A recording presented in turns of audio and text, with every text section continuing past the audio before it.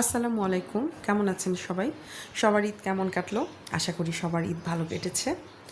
যাই হোক, আমি রান্না করছি, এটা হচ্ছে গিয়ে নোনা ইলিশ। আমি কখনো নোনা ইলিশ রান্না করিনি, এটাই আমার লাইফের ফার্স্ট নোনা ইলিশ। তো যাই হোক, আমি নোনা ইলিশ রান্না করার জন্য বেগুন, পেঁয়াজ, মরিচ, রসুন, মশলা সব প্রিপারেশান একবারে করে নিয়েছি।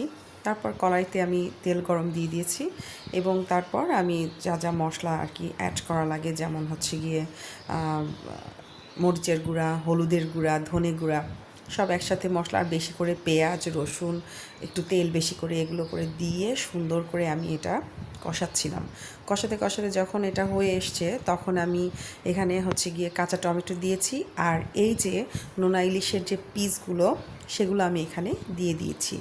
তো এই নোনা ইলিশটা খেতে কিন্তু অসম্ভব রকমের মজা লেগেছিল। আমি বেগুন দিয়ে রান্না করেছিলাম।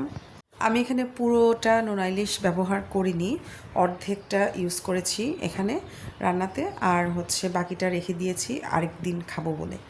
তো আমি এখানে কেটে রাখা বেগুনগুলো সাথে সাথেই নোনা ইলিশের সাথে সাথেই দিয়ে দিব ভেবেছিলাম, যে সব একসাথে কষিয়ে কষিয়ে ভুনা ভুনা করে তারপরে হচ্ছে গিয়ে রান্না করব। আর শুটকি মাছে কিন্তু একটু ঝাল না হলে কিন্তু ভালো লাগে না। আমি এখানে অনেকগুলো কাঁচামরিচও দিয়েছি এবং আমি এখানে বেশ কিছুটা মানে শুকনো মরিচের গুঁড়াটাও দিয়েছি। আমি বেশি ঝাল খেতে পারি না, তো যার যার প্রয়োজন অনুসারে ঝালটা আর কি দিলেই হবে। আর যে কোনো ধরনের শুটকি মাছে কেন জানি ঝাল, রসুন এবং পেঁয়াজ এই তিনটা কিন্তু বেশি পরিমাণে লাগে।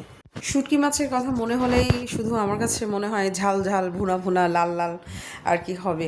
যাই হোক, যারা শুটকি লাভার তারা এই জিনিসটা খুব বেশি ভালো মতো বুঝতে পারবে।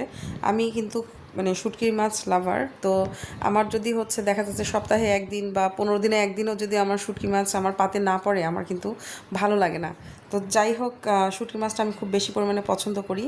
আপনাদের শুটকি মাছ খেতে কেমন লাগে অবশ্যই কমেন্টে জানাবেন, আর অবশ্যই বিভিন্ন ধরনের রেসিপি দিয়ে আমাকেও সাহায্য করবেন, যে এভাবেও রান্না করা যায় নোনা ইলিশটা, বা শুটকি মাছের বিভিন্ন ধরনের ভর্তা।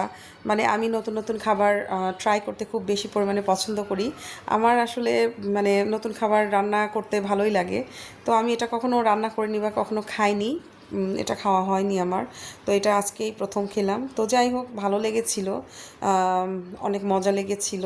এই যে আমি আমার রান্নাটা এখন কমপ্লিট হয়ে গেল, আমি বাটিতে বেড়ে নিলাম এবং আমি যখন গরম গরম ভাতের সঙ্গে আমি এটা খাচ্ছিলাম, অনেক মজাদার ছিল। তো আপনারা অবশ্যই বাসায় রান্না করে খাবেন এবং আমাকে ছবি তুলে কমেন্টে পাঠাবেন। আর শুটকি মাছ এবং বিভিন্ন ধরনের শুটকি মাছের রেসিপিও আমাকে পাঠাবেন। ধন্যবাদ সবাইকে আমার এই ভিডিওটি দেখার জন্য, এবং আমার এই ভিডিওটা ভালো লাগলে অবশ্যই লাইক, কমেন্ট এবং শেয়ার করবেন। আর সাথে ছিল, এটা কিন্তু হচ্ছে গিয়ে ভর্তা, এটা হচ্ছে গিয়ে থানকুনি পাতার ভর্তা, থানকুনি পাতার ভর্তা আর নোনা ইলিশ শুটকির এই চচ্চড়িটা আসলে খুব মজা লেগেছিল গরম গরম ভাতের সঙ্গে। আপনারাও খাবেন এবং ছবি কমেন্টে পাঠাবেন।